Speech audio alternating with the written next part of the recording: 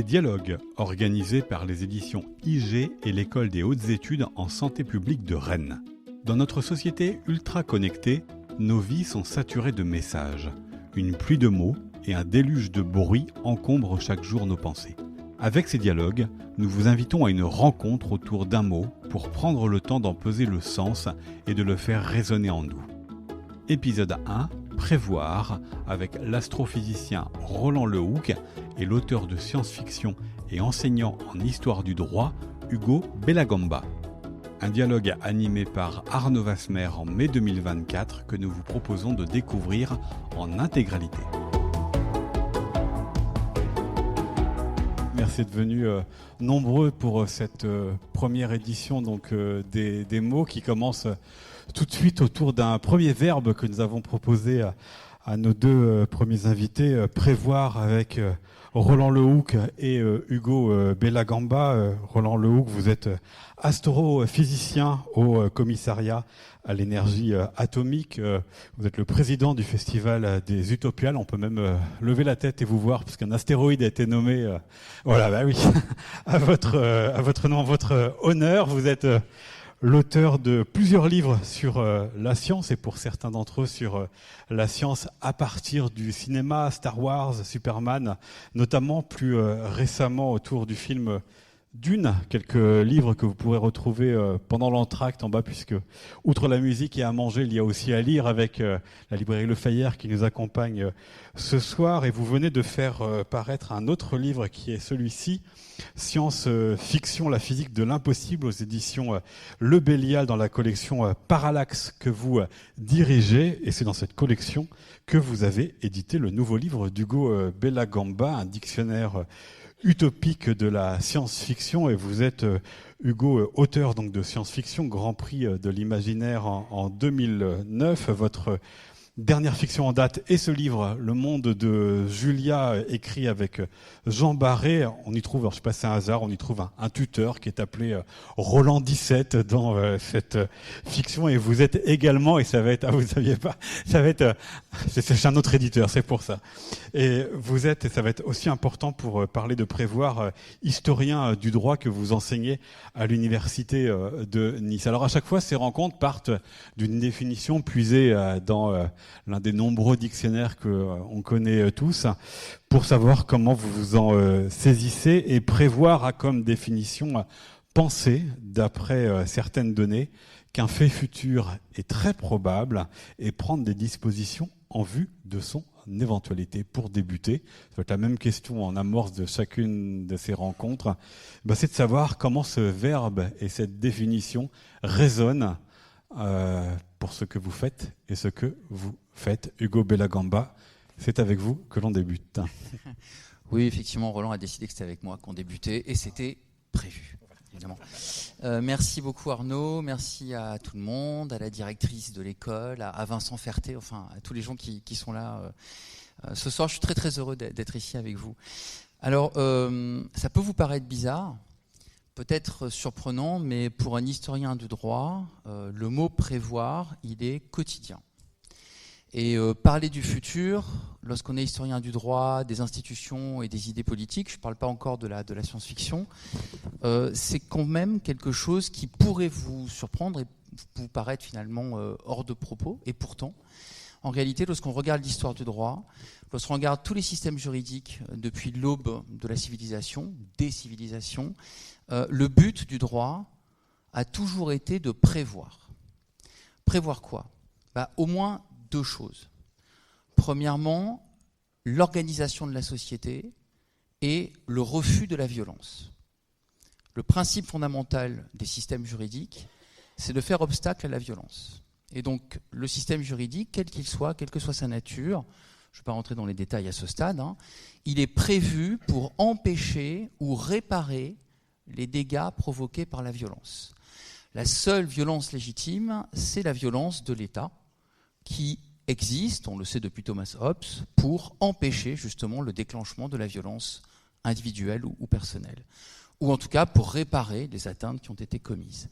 Donc prévoir, c'est d'abord et avant tout organiser la société, et l'organiser selon un certain nombre de valeurs, et surtout bien sûr des valeurs qui sont partagées, qui sont parfois imposées selon les différents systèmes qu'on a dans l'histoire, mais surtout qui sont acceptées et qui sont pérennisées.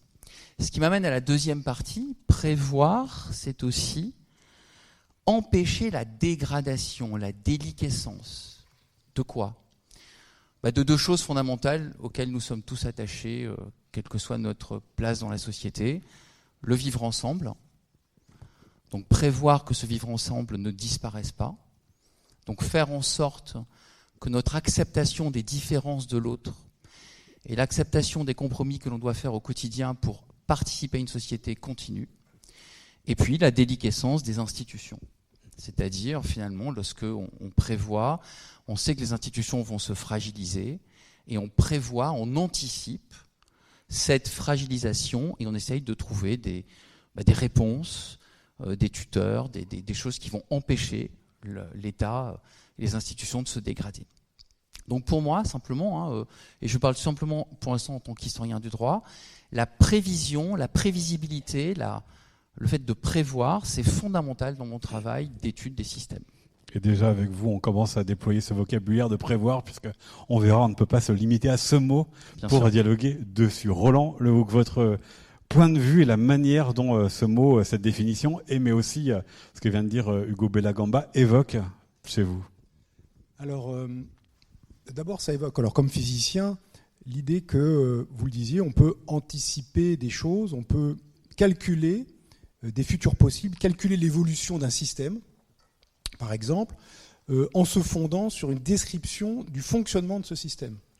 Et quand on prévoit le résultat, on s'attend. Alors, en physique, il y a un mot que je vais tout de suite introduire parce qu'il va faire débat tout à l'heure avec Hugo, c'est prédire. On va plutôt aussi dire prédire, parce que d'une certaine façon, ces systèmes, en tout cas si on considère simplement la physique classique, ils sont régis par des lois où, étant donné les équations qui matérialisent mathématiquement ces lois et ce qu'on appelle les conditions initiales, la façon dont est disposé le système à l'instant jugé, décrit comme initial, et bien ensuite on peut décrire complètement son évolution, en tout cas c'est ce que nous dit la physique classique, il y a bien d'autres choses à dire derrière, on peut décrire complètement l'évolution de ce système avec une absolue certitude, a priori absolue certitude. Tout ce qui est nécessaire de savoir, c'est les conditions initiales, les équations d'évolution, et après ça roule tout seul. Donc la prévision, c'est de se dire il peut y avoir des choses bizarres. Non, il y a une ligne qui est tracée à partir de ces éléments-là. Et donc c'est plutôt de la prédiction. On est en train d'annoncer ce qui va se passer et ce qui devrait se passer de manière, disons, inéluctable, parce que c'est régi par des lois qui sont complètement déterministes. C'est encore une fois, je dis, dans un cadre pour l'instant très simple, qui est celui de la physique classique.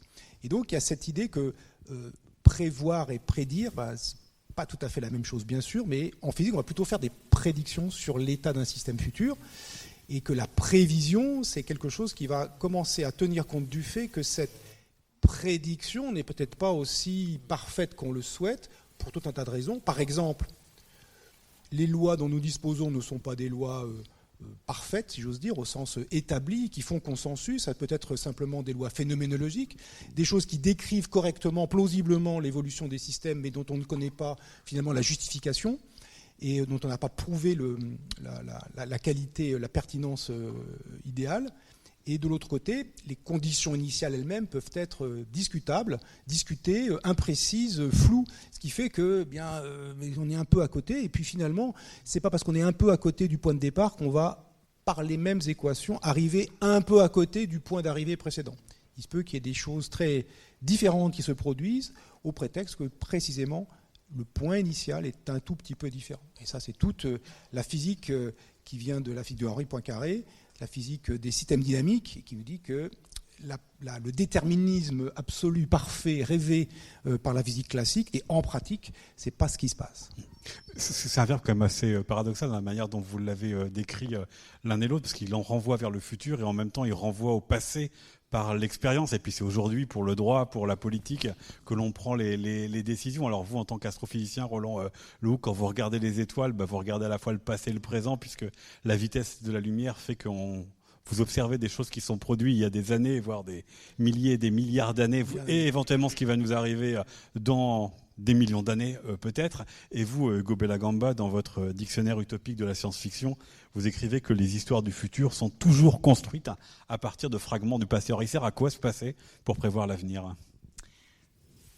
Alors, après on reviendra sur prédiction, prévision, parce qu'on en discute depuis un moment, on n'est pas d'accord. Sans passé, pas d'avenir, quoi. C'est aussi simple que ça, en fait. Pour moi, c'est très évident. Et à la fois en tant qu'auteur de science-fiction qu'en tant qu'historien du droit et des idées politiques, j'ai amené avec moi Machiavel. Il n'avait rien à faire cet après-midi, du coup il m'a dit je viens. Et j'ai amené aussi Paul Valadier, qui est un jésuite, qui a écrit l'un des plus beaux textes et l'un des plus courts textes aussi sur le Machiavel. En fait, Machiavel nous dit une chose fondamentale. Il nous dit que lorsque le prince connaît le passé, il peut prévoir le futur et il peut tenir la République et l'État dans la main. Il peut le gouverner. Gouverner, c'est prévoir, c'est une chose évidente que l'on dit, mais on ne peut pas prévoir sans connaître le passé. Et donc le passé n'est pas du tout une forme de conservatisme. Et ça, c'est une des choses que je dis à mes étudiants chaque fois qu'on commence l'année en histoire du droit, parce que la plupart, ils veulent devenir avocats d'affaires et ils disent « histoire du droit, j'ai rien à faire, ça ne me servira à rien ». Le passé doit être connu non pas pour le glorifier ou pour en faire un âge d'or ou même pour l'imiter. Le passé, il est un laboratoire intellectuel. C'est-à-dire que le fait de maîtriser le passé, de comprendre ce qui s'est passé dans les États, dans les empires du passé, dans les républiques du passé, les crises qui ont été faites, qui ne sont pas les mêmes crises que celles que nous avons aujourd'hui, mais c'est permettre à ce passé de jouer un rôle de laboratoire intellectuel. C'est exactement ce que dit Machiavel dans Le Prince ou dans la première décade de Tite-Live. Il explique que le bon prince, c'est celui qui fréquente les historiens, qui lit les ouvrages, qui raconte l'histoire des États, des républiques du passé, parce qu'il peut voir comment se déroulent, comment les mécanismes des crises poussent parfois les gouvernants à prévoir autrement, à s'organiser autrement, etc. Donc, comme dans la science-fiction, tout ce que l'on fait dans la science-fiction, je ne vais pas vous en parler longtemps pour l'instant, on est qu'au début du débat, mais souvent les auteurs de science-fiction, lorsqu'ils projettent des empires galactiques dans un lointain futur, ils le font à partir de fragments du passé. Isaac Asimov dans Fondation s'inspire d'Edward Gibbon et de la chute de l'Empire romain d'Occident. Donc connaître le passé, c'est la condition sine qua non pour avoir un futur. Et c'est pas du tout pour le glorifier ou pour l'idéaliser, et c'est pas du conservatisme. C'est seuls les progressistes, seuls les réformateurs ont besoin du passé.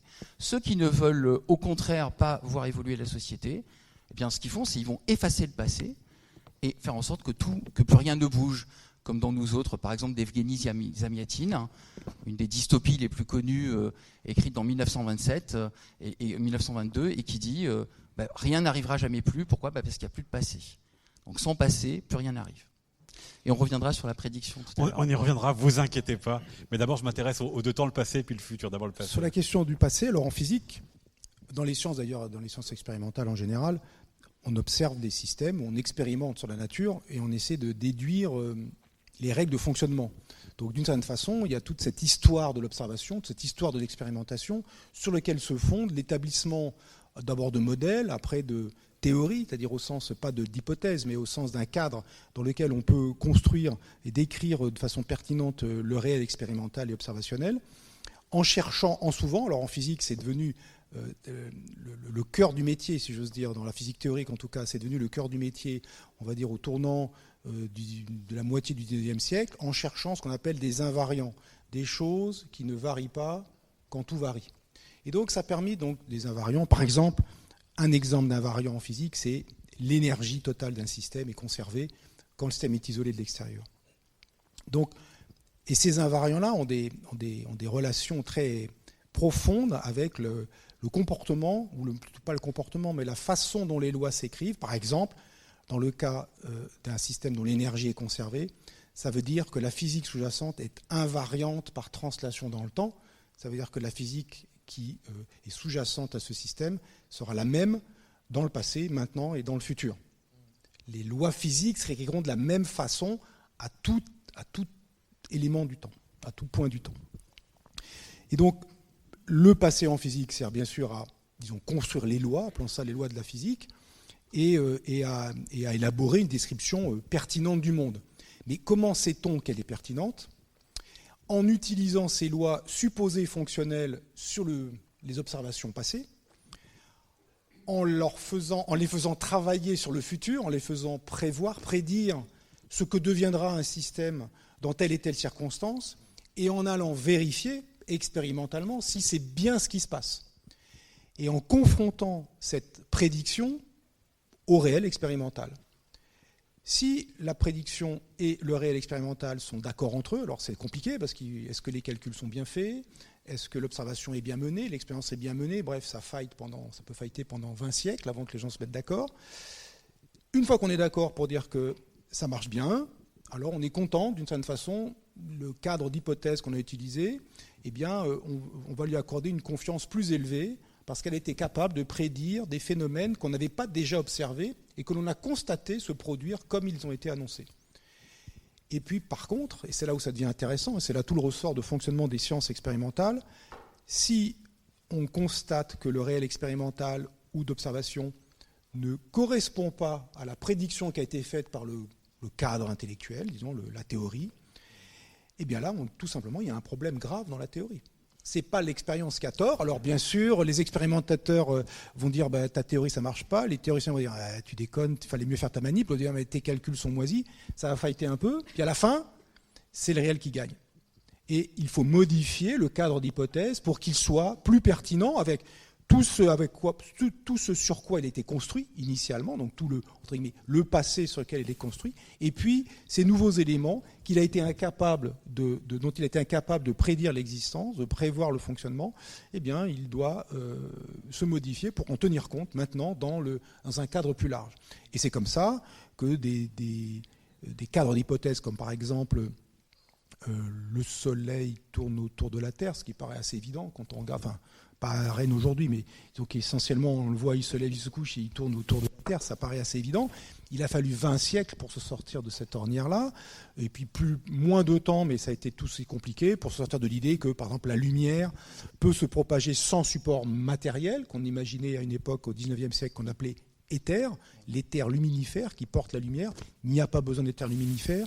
Il n'y a pas besoin de fluides subtils qu'on appelle le calorique et le frigorique et dont les échanges règlent tout ce qu'on appelle maintenant la thermodynamique, etc. Donc il y a tout un tas de choses qui ont été montrées fausses parce qu'elles ont eu des prédictions fondées sur pour être explicatives d'une certaine façon, donc rendre compte des phénomènes passés. Donc une théorie physique finalement doit être explicative, c'est un peu son but malgré tout, mais elle doit être aussi prédictive et donner des éléments qui lui permettent d'aller vérifier sa pertinence parce qu'elle s'avance. Elle dit des choses sans avoir vérifié à l'avance que ça va se produire. Quelqu'un va vérifier, ça s'est produit, c'est pas mal. Joli coup, Baron, tu peux revenir en deuxième semaine, on a confiance dans ce que tu dis, un peu plus confiance. Et si ça ne marche pas, alors à ce moment-là, il faut éventuellement supprimer la théorie dans les cas ultimes, mais sinon la modifier, la transformer pour qu'elle soit plus pertinente. On a confiance parce que ça se passe dans un temps court ou pas, c'est l'autre question finalement. Vous interrogez sur le passé, mais on prévoit pour quel temps ? On le voit bien avec notamment les changements climatiques où ça fait longtemps qu'on annonce qu'ils arrivent et on s'était prévu en tous les cas ce qui nous arrive aujourd'hui et les temps futurs et on voit bien aussi ce que l'on met en œuvre pour y répondre ou pas. Comment ça joue aussi ? C'est peut-être une des portes d'entrée justement sur prévoir et prédire à quel temps futur, on pense. Ça, les questions de temporalité sont extrêmement importantes parce que, évidemment, si on prévoit un phénomène qui va se produire dans quelques minutes, et quel que soit ce phénomène, qu'il soit bénéfique ou gênant, on va essayer de s'en prémunir parce qu'il semble qu'il arrive, donc on se dit on va essayer d'éviter la chose. Et puis, il y a une question de temporalité très longue, quand ça va se produire dans 10 ans, 20 ans, 50 ans, 100 ans. D'abord, ce n'est pas toujours un événement qui se produit, ce n'est pas aussi un événement au sens... Si je prends le film, par exemple, Don't Look Up, que vous avez peut-être vu, pendant quelques exemples de science-fiction, là, il y a un événement clair, il y a une météorite qui doit tomber sur la Terre, et on peut calculer le jour et l'heure. Là, c'est extrêmement clair. Je vous rassure, la météorite l'astéroïde Le Hook, qui est en orbite entre Mars et Jupiter, ne tombera pas sur la Terre. Et parce qu'on ne donne pas de nom d'humains vivants ou morts, d'ailleurs, à ce qu'on appelle des géocroiseurs, des astres qui peuvent croiser l'orbite, qui risquent éventuellement, qui pourraient frapper la Terre. Et donc... quand on a un événement singulier comme ça, on peut faire le rétroplanning, dire il va tomber dans 6 mois, alors qu'est-ce que je fais ou pas, ça va dépendre. Dans Don't Look Up, on voit que l'inertie est grande, mais on peut imaginer un rétroplanning. La difficulté dans la prévision, c'est quand elle est non pas floue, mais qu'elle est d'abord diluée dans le temps. C'est pas le réchauffement climatique, c'est pas dans 10 ans, dans 20 ans, c'est maintenant. C'est même depuis déjà des années. C'est maintenant. Et tout ce qui va changer, c'est l'ampleur de ce réchauffement, par exemple, si on prend ce phénomène-là. Et donc, les conséquences, l'ampleur des conséquences que cela aura, que ce réchauffement aura. Et donc, c'est pas comme s'il y avait un événement singulier, c'est chronique d'une certaine façon, c'est tout le temps là, et il faut faire avec.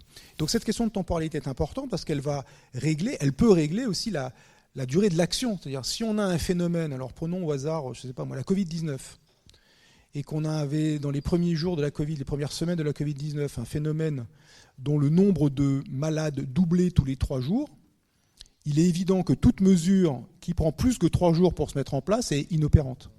Parce que le temps que vous mettiez la mesure en place, le nombre de malades a doublé. Et donc vous dites, et puis ça a encore doublé. Mais non, trop tard, ça a encore doublé. Et donc assez rapidement, on est débordé par la situation. Donc cette question d'échelle de temps est absolument fondamentale parce que c'est elle qui va décider. Et ça ne veut pas dire que ça va le faire en pratique, mais c'est elle qui va fixer le rythme de l'action à mener pour tenir compte d'une façon ou d'une autre de cette prévision, qu'elle soit bénéfique ou qu'elle soit fâcheuse. Hugo Belagamba, par rapport à vos 2 casquettes, historien du droit, oui. Où le droit prévoit ce qui va se passer dans un temps relativement court, et science-fiction, où vous pouvez imaginer ce qui va se passer dans des milliards d'années ailleurs. Alors il y a 2 échelles, et puis je vais rebondir, parce qu'il y a beaucoup de choses en fait qui nous opposent, même si on s'entend bien. Et c'était prévu. La notion de loi scientifique n'a rien à voir avec la notion de loi juridique, mais alors rien du tout. Parce que la loi juridique, par essence, elle est propre à un temps précis, elle varie dans le temps, alors que la loi scientifique, c'est la même, justement, elle doit être invariante tant qu'elle n'est pas remise en cause. La notion de prédiction, on y reviendra, et surtout la notion de temporalité. Le droit, il agit pour le présent. Quand la loi est votée et elle s'applique, tant qu'elle n'est pas abrogée, elle s'applique à l'instant, immédiatement, dès qu'elle est enregistrée au journal officiel et dès qu'elle est promulguée. Donc il y a beaucoup de choses différentes dans les échelles de temps. Dans l'aspect juridique, je parle de l'aspect juridique. Mais prévoir, au contraire aussi de la science s'inquiète, tu l'as dit, c'est grave quand l'une des occurrences ne correspond pas à la prédiction, alors que nous, en droit, 99% des occurrences ne correspondent pas à la prédiction. Parce que justement, une fois qu'on applique une règle de droit, on ne sait pas comment la société va réagir. On essaye de prévoir, mais généralement, on passe à côté de la plaque. Et c'est d'ailleurs pour ça que le conseil scientifique, pendant la Covid-19, c'était un conseil piloté politiquement. C'était juridiquement et politiquement que les scientifiques et les chercheurs, les médecins sont entrés dans une logique politique d'essayer de prévoir les effets de la Covid, d'essayer de prévoir les mesures. Donc il y avait une dimension politique par nécessité parce qu'on était dans l'immédiat finalement, dans ce qu'on appelle en science-fiction la bulle de présent, c'est-à-dire dans les mois et les années qui arrivent, qui sont du futur si proche que ça reste du présent. Et quant à la science-fiction, Arnaud l'a pratiquement cité sans le citer. Il y a évidemment l'ouvrage qui vient d'avoir le Grand Prix de l'imaginaire cette année en roman étranger, qui est l'ouvrage de Kim Stanley Robinson, Le ministère du futur, qui est parfaitement dans le sujet aujourd'hui, puisque Kim Stanley Robinson, qui est un auteur de science-fiction, qui a travaillé beaucoup avec la NASA sur Mars notamment, nous livre ici, avec le ministère du futur, un roman sur la prévision, non pas la prédiction, mais sur la façon dont nous pouvons prévoir les conséquences du dérèglement climatique et comment nous pouvons agir pour essayer, à force de prévoir, d'améliorer les choses à défaut de les empêcher. Et il est parfaitement sur le fil rouge du sujet de ce soir, c'est-à-dire il met en scène des scientifiques, des ingénieurs, des techniciens qui prévoient l'effet de manipulation de géo-ingénierie, c'est-à-dire de, par exemple, augmenter l'épaisseur des nuages, diminuer la réflexion de la lumière, empêcher le recul des glaciers, etc. Et en même temps, des effets sociaux extrêmement complexes. Ce qui me ramène au tout début, pour un scientifique, les choses doivent être simples et claires. Pour un chercheur en sciences sociales et pour un auteur de science-fiction qui s'intéresse à l'évolution de ces sociétés, tout est d'une complexité absolument folle. Donc il ne peut pas y avoir de prédiction. Ça ne peut être que des prévisions, peut-être éventuellement des prescriptions. On peut prescrire quelque chose. Moi, j'ai coutume de dire que la loi scientifique, elle décrit le monde, elle est descriptive. Une loi scientifique va décrire des phénomènes physiques.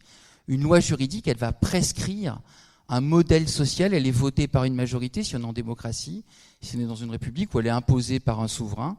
Et il va prescrire un certain type de comportement pour modeler, pour faire évoluer la société dans un certain sens. Donc tous les opposent de ce point de vue-là. Et je ne vais pas parler de prédiction pour l'instant. Mais on y vient tout de suite avec Roland pour commencer. Alors, je commence à hacker le truc pour faire sauter le je vous en prie, il nous reste un quart d'heure, donc voilà, profitons-en. Largement le temps. Non, c'est pour dire qu'il y avait... Non, justement, pour faire le lien avec la science-fiction, et ça, cette idée de la physique, elle va traiter de matière inerte. Bon, il y a bien sûr la biologie qui aussi fait partie avec la physique et la chimie des sciences expérimentales qui parlent du vivant. Mais en tout cas, en physique, c'est d'une certaine façon facile, entre guillemets, c'est que de la matière inerte et ça réagit à peu près toujours de la même façon quand elle est sollicitée, au contraire des groupes humains. Et c'est là où est intéressante la science-fiction, je rebondis sur ce que disait Hugo, c'est qu'elle, comme disait un auteur américain qui s'appelle Frederick Paul, il disait la science-fiction n'a pas pour but de prévoir l'automobile ou de prédire l'automobile, mais de prévoir les embouteillages.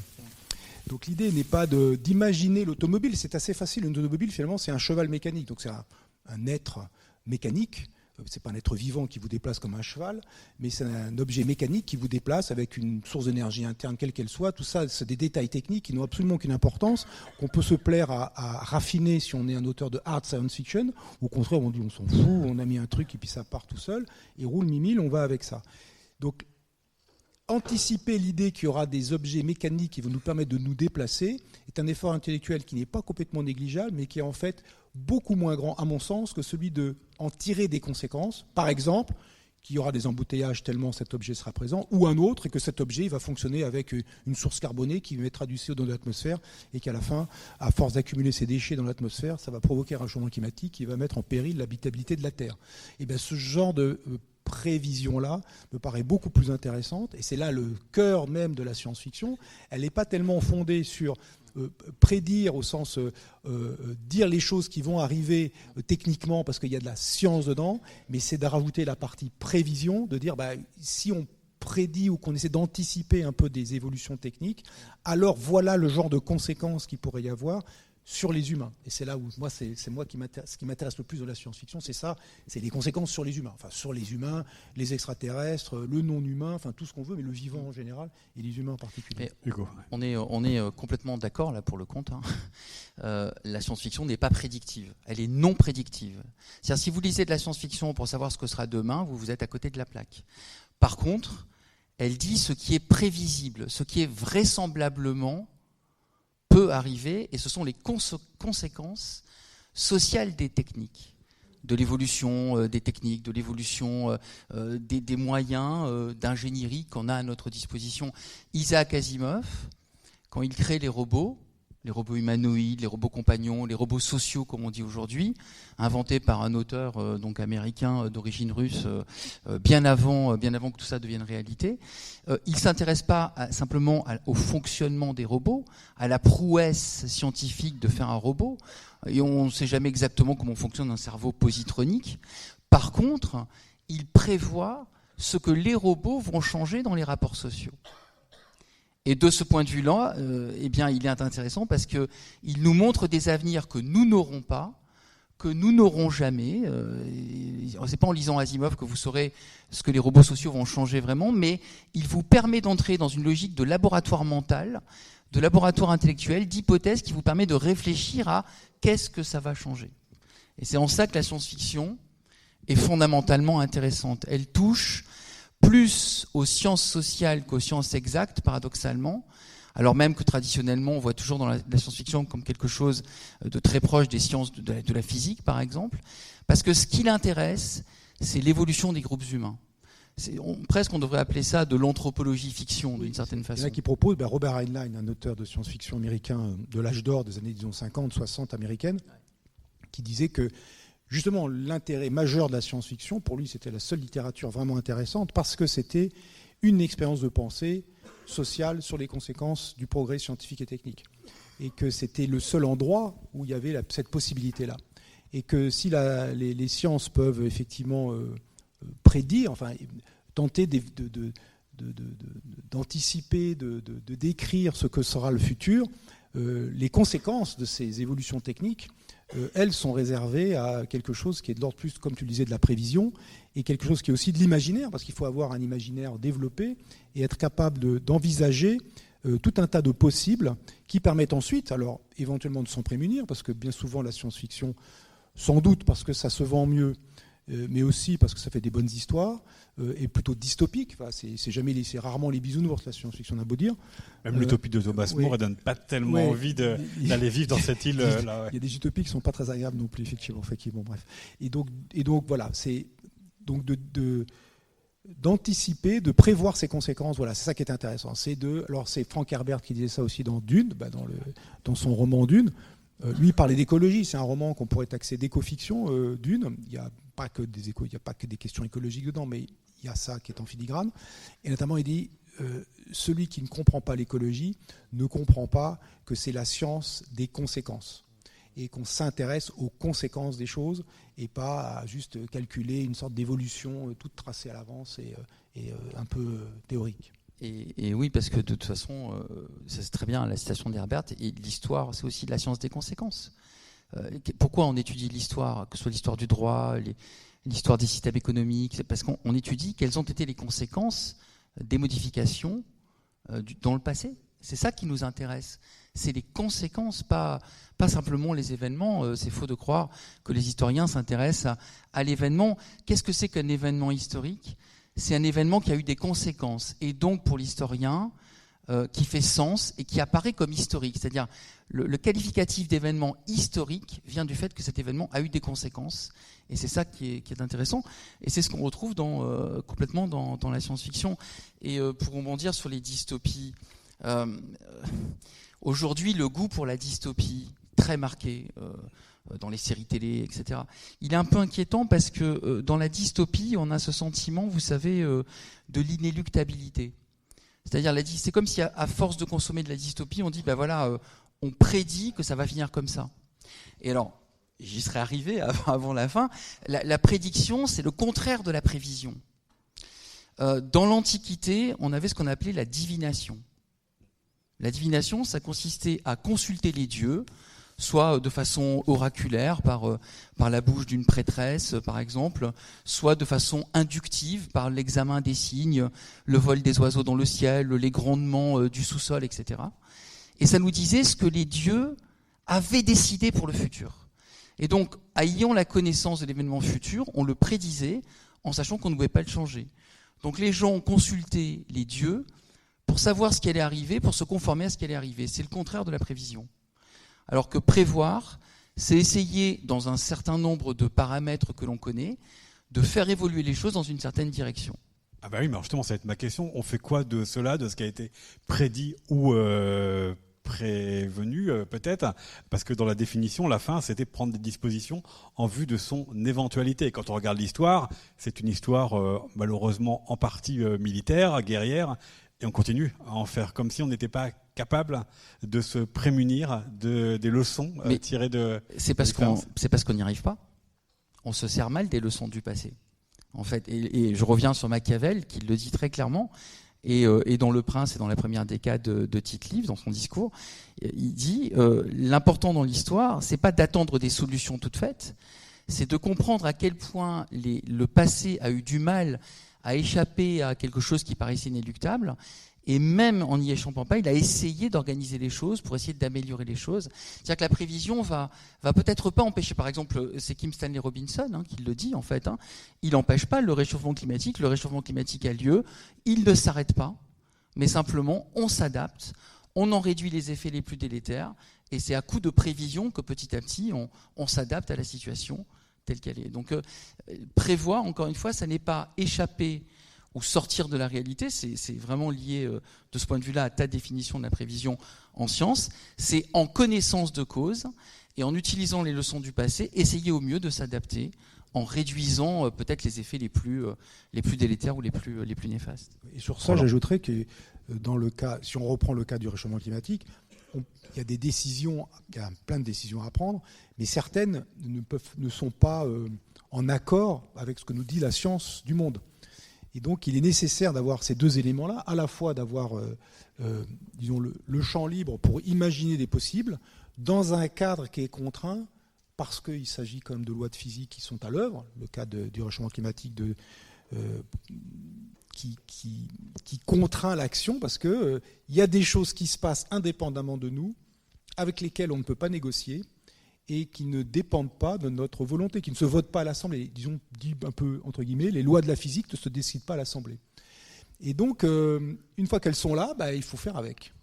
Il faut faire avec et avoir compris au moins quel est ce champ des possibles qui est dessiné. Alors dans le cas des modélisations climatiques, il y a une certaine incertitude double. À la fois, les conditions initiales sont relativement bien connues, mais il y a énormément de choses qui peuvent varier. Et puis, la façon dont c'est modélisé, il y a de nombreux modèles mathématiques qui sont disponibles, qui décrivent la façon dont a évolué les climats du passé et qui essaient ainsi d'anticiper, de prévoir ce que seront les climats du futur par région. Maintenant, on arrive à des systèmes, à une échelle, à une maille géométrique qui devient régionale, qui devient sub-France. On peut décrire ce qui a passé dans quelques grandes régions françaises, par exemple, ou dans quelques grandes régions dans tout un tas d'endroits du monde. Eh bien, il faut être capable de tenir compte de ça pour que cette action politique, cette action sociale, cette action décisionnelle s'inscrit dans un cadre qui est compatible avec le réel physique et d'observation. Ouais. Hugo Bellagamba, justement, ces failles, c'est ce qui vous échappe. Qu'est-ce que l'on en fait, ou ce qui se passe autrement que ce qui était prévu? On l'accepte. On l'accepte. On n'a pas le choix. C'est là où le réel qui est inexhaustible s'impose à nous. En fait, en droit et en politique, et donc du coup en science-fiction, l'inéluctabilité n'est jamais une excuse à l'absence de prévision. Je prends un exemple très simple. Une guerre. La bataille est inéluctable, puisqu'on est en guerre, et la bataille va avoir lieu. Donc tout le monde sait qu'elle est inéluctable, cette bataille. Elle est là, elle arrive. Donc la prévision, c'est quoi? C'est pas d'essayer d'échapper à la bataille, on est en guerre. C'est d'essayer de prévoir comment l'adversaire va bouger, quelle force il va mettre en jeu. Et pour ça, il faut perpétuellement être en train de penser les différentes possibilités. C'est un peu comme aux échecs. C'est exactement ça. C'est-à-dire essayer de prévoir à l'avance les coups de l'adversaire pour essayer de trouver la meilleure solution possible pour soi. C'est ça. Et donc, encore une fois, dans notre imaginaire, il ne faut surtout pas associer l'inéluctabilité d'une prédiction à l'absence d'utilité de la prévision. Moi, je pense qu'au contraire, plus quelque chose a l'air inéluctable, plus il est urgent de le prévoir. Parce que comme tu l'as dit au tout début dans la citation que tu as donnée, prévoir, c'est une opération intellectuelle. Dans le dictionnaire historique de la langue française, moi j'avais lu ça en venant, prévoir, c'est concevoir. Qu'est-ce que c'est que concevoir? C'est penser quelque chose. C'est pas simplement le voir, c'est le penser. Penser, c'est-à-dire Imaginez comment ça peut arriver. Et ça, c'est le rôle du politique. Le droit qui accompagne le politique en fait partie aussi. On ne sait jamais exactement quel va être l'effet d'une loi. Et la science-fiction, pour moi, elle est fondamentalement, tu l'as dit, la littérature des conséquences. Voilà, elle peut simuler, elle va problématiser et simuler un monde. En fait, elle est de ce point de vue-là un peu différente de la prospective. La prospective, c'est plutôt quelque chose qui est plus scientifique, c'est-à-dire on part des conditions initiales, le monde tel qu'il est actuellement, tel qu'on sait le décrire au mieux actuellement, et puis on essaie d'anticiper des évolutions probables au regard de ce qu'on comprend du fonctionnement du monde et de la situation initiale. Donc on part d'un point, puis on essaie ça va par là, on va se retrouver dans cette zone-là, mais pas là parce que c'est trop loin, mais là, c'est probable. Alors que la science-fiction ne s'embarrasse pas des détails, elle dit le monde il est comme ça, le pose tel qu'il est là, et du coup notre position... Nous, présent actuel, c'est plus les conditions initiales. Nous, c'est le passé de cette situation qui nous est décrite. Et ensuite, le monde tourne. Ce monde-là posé dans un futur, en général dans le futur, mais posé dans le futur, et on le déroule derrière. Donc l'auteur ou l'autrice va simuler le monde, va faire tourner la mécanique de ce monde pour nous en montrer les conséquences. Et nous sommes nous-mêmes que des éléments d'un passé de ce monde. Et entre ce monde qui se joue dans l'œuvre et notre monde, il y a un intervalle, une durée dont on ne sait pas ce qui s'est passé. Alors s'il y a eu la grande catastrophe, il y a eu Dieu sait quoi, il s'est passé quelque chose, mais dont les détails finalement ne comptent pas beaucoup, parce qu'on part du point de départ et on a autre chose. Enfin, le but de l'œuvre, cette fois-ci, n'est pas de s'intéresser à la transition, mais de l'état et puis de le dérouler derrière. Et si cet état est pénible, alors, je finis, et si cet état est décidé comme pénible, alors on peut décider que faire à partir de maintenant pour éviter cette situation-là. Donc là, c'est de se poser une question de éviter la situation qu'on ne voudrait pas voir se produire alors qu'elle a été posée comme ça arbitrairement. C'est là-dessus qu'on va terminer. Une dernière référence, alors je donne 30 secondes. En 30 secondes, Le problème à trois corps. Ah ben voilà. C'est la série télé, c'est lui aussi qui prévu. le roman. L'humanité, c'est, alors je donne juste le pitch, c'est que les extraterrestres arrivent dans 400 ans. C'est inéluctable, c'est programmé. Et la question, c'est comment agir, comment prévoir cette rencontre pour mieux s'y préparer. Voilà, mais 400 ans, c'est trop loin, malheureusement. Merci à tous les deux. Merci On beaucoup. termine par une dernière question. Alors, voilà. On a prévu, je joue encore avec ce mot, de terminer toutes les rencontres de la même manière, et c'est de vous demander, de vous proposer, soit pour revenir une nouvelle édition en tant qu'intervenant, en tant que spectateur, quel mot vous aimeriez entendre dans ces dialogues, dans une prochaine édition. Hugo Bellagamba. Alors, j'y ai pas réfléchi exprès. Non, mais j'aurais dit créer. Simplement parce que la complexité de la création, les différents aspects créés. Voilà. Merci. Et vous, Roland Lehoucq ? Dans le micro. Et moi, un mot qui a beaucoup de résonance en physique, mais pas que, j'aimerais bien traiter de équilibre. Merci beaucoup à tous les deux. Je vous renvoie aux différents livres de nos invités. Merci Hugo Bellagamba. Merci Roland Lehoucq. Les Dialogues, un podcast réalisé par Arnaud Vasmer avec une musique de Robert Meunier pour les éditions IG et l'École des hautes études en santé publique de Rennes. N'hésitez pas à découvrir les autres épisodes de ces échanges en version intégrale ou en version flash selon vos préférences.